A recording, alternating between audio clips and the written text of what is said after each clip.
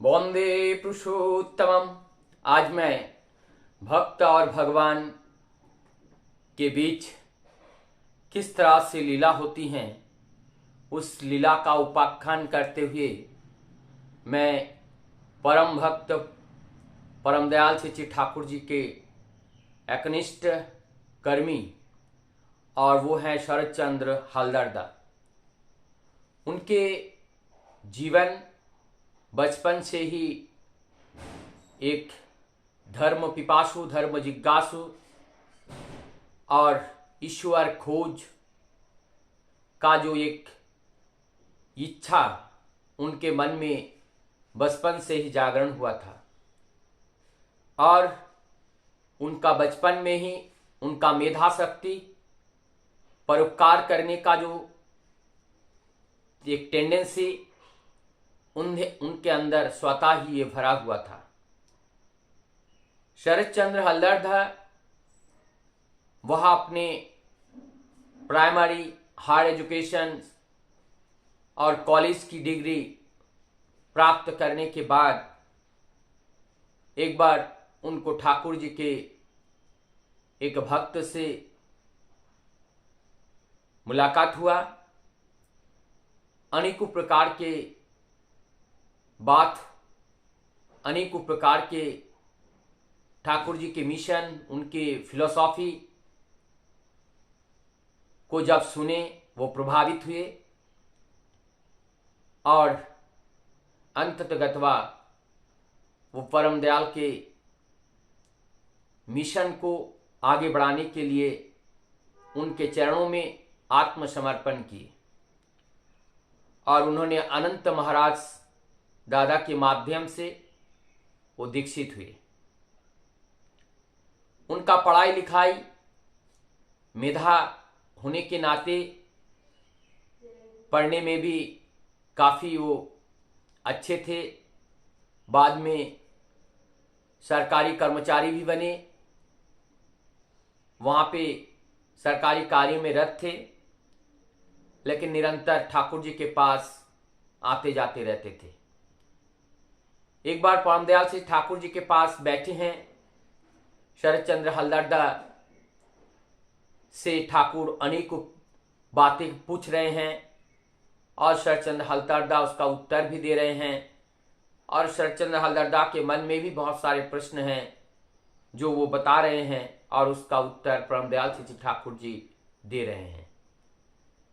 इसी बीच परम दयाल श्री ठाकुर एक दिन कहते हैं, शरदा आपके पास समय नहीं है, मैं जानता हूं, लेकिन मैं आपसे आग्रह करूंगा, शरद काल में, शरद ऋतु में, दुर्गा पूजा के समय आपका छुट्टी मिलती है, अगर मैं आपसे वही छुट्टी प्रार्थना करता हूं, वही छुट्टी मैं मांगता हूं, अगर आप मुझे वो छुट्टी दे देंगे तो मुझे बहुत अच्छा लगेगा। परम दयाल श्री ठाकुर जी के इस बात को सुनकर ठाकुर जी ने ठाकुर जी की इस इच्छा को पूर्ण करने के लिए शरदा प्रत्येक दुर्गा पूजा में ठाकुर जी के पास आते थे। ठाकुर जी के निर्देश से जो भी उनका निर्देश होता था वो पूरा करते थे। ऐसे करते करते एक दिन ठाकुर अचानक कहने लगे, शरदा आप क्या वो नौकरी छोड़ सकते हैं, आप जरा विचार विमर्श कर लीजिएगा।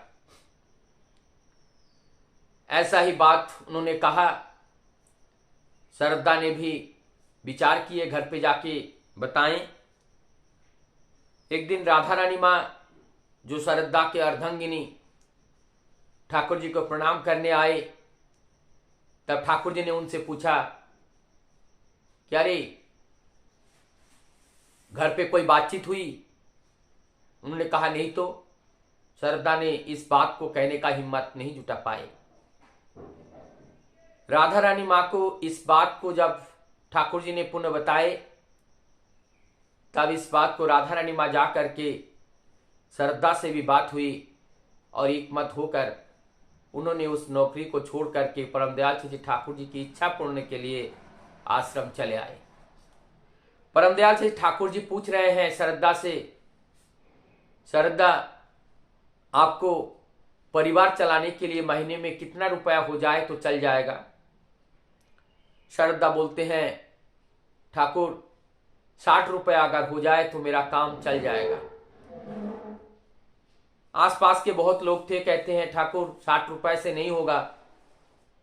तब ठाकुर जी ने बोला माँ के लिए 15 रुपए और अलग से, इस प्रकार 75 रुपए महीने में आपको दिया जाएगा। लेकिन इससे भी और जो भक्त लोग थे ठाकुर जी से बताएं, निर्धारित हुआ मन ही मन कि उनको 100 रुपए करके महीने में दिया जाएगा।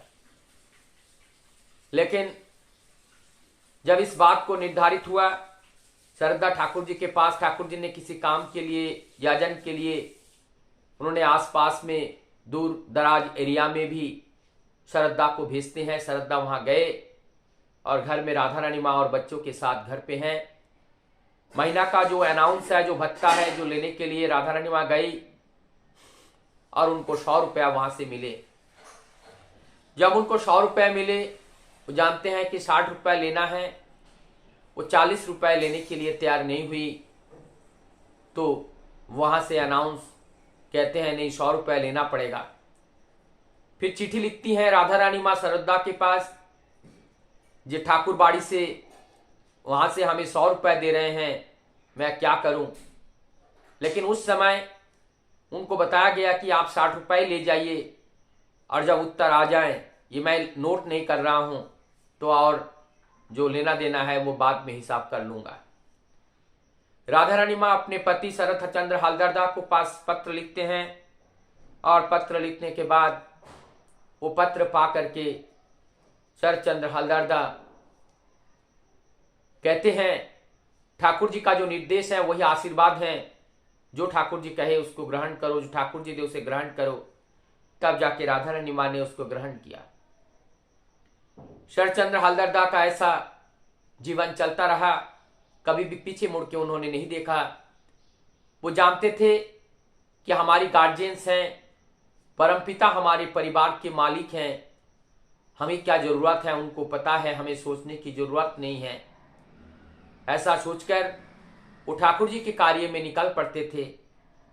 उनका जाजन इतना प्रखर था, इतना वो बाग्नी थे कि उनके मुख से ठाकुर जी की जो भी बात मिलता था प्रत्येक के हृदय में घर बना लेता था। उनका जाजन से मुखरित होकर अनेकों लोग परम दयाल के भावधारा में दीक्षित हुए। ये इसलिए ठाकुर जी उनको दूर दराज के क्षेत्र में उनको भेजा जाता था। एक बार शरद चंद्र हलदरदा दूर उनको जाजनकारी के लिए भेजे हैं और इतिमध्य इस बीच में उनके घर में पारिवारिक अनटन देखने को मिला। घर में खाने पीने का कोई भी सामान नहीं था, लेकिन राधा रानी माँ इतनी सशक्त थी, इतनी विश्वासी थी, उनके मन में कोई दुख, कोई कष्ट लेस मात्र भी नहीं था। रात में भोजन नहीं कर पाए, कुछ व्यवस्था नहीं थी, सभी अपने बच्चों को लेकर सो गए। इसी बीच दरवाजे में खटखटाया और वहां पे प्रमथनाथ दा वहां पे आए और उनके साथ और एक व्यक्ति को एक टोकरी में करके 10 किलो चावल, सब्जियां, तेल, जितने भी एक परिवार के लिए चाहिए होते हैं वो सब लेकर के आते हैं। और जब लेकर के आए, जब प्रमथनाथ दा को देखा और प्रमथ दा जब खटखटाने के बाद राधा रानी माँ जब आई तब प्रमथ दा ने उनको बुला लिया, उस सामान को वहीं रखने के लिए कहा। तब इस राधा रानी माँ ने कहा ये क्या है? उन्होंने कहा कि आप रख लीजिए, आप लोगों के लिए हैं। तब राधा रानी माँ के दोनों आंखों से आंसू झरने लगी। तब इसका कारण जब पूछे प्रमथदा ने क्यों आप रो रही हैं, उन्होंने कहा मेरा ये दुख की आंसू नहीं है, मेरी ये खुशी की आंसू हैं और ये आंसू है परम दयाल के दया की, कि कितने वो दयालु हैं, कितने वो प्रेमिक हैं कि वो हर व्यक्ति के, हर भक्त के दुख दर्द कष्ट एक गार्जियन स्वरूपा बन करके सबको ख्याल करते हैं।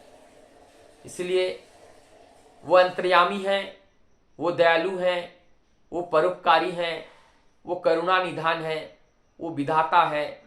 इसमें लेस मात्र हमें संशय नहीं है। वही परम पिता है। आज वो अनुकूल बनकर हम लोगों के जीवन की प्रतिकूलता को दूर करने के लिए वो आए हैं। हम सबको उनका चरणाश्रित होकर उनके निर्देश को पालन करते हुए जो इस सत्संग का जो मिशन है, जीवन वृद्धि निरंतरम स्मृति चिद्वैते, इसको जीवंत करना हम सबके जीवन का मुख्य उद्देश्य होना चाहिए।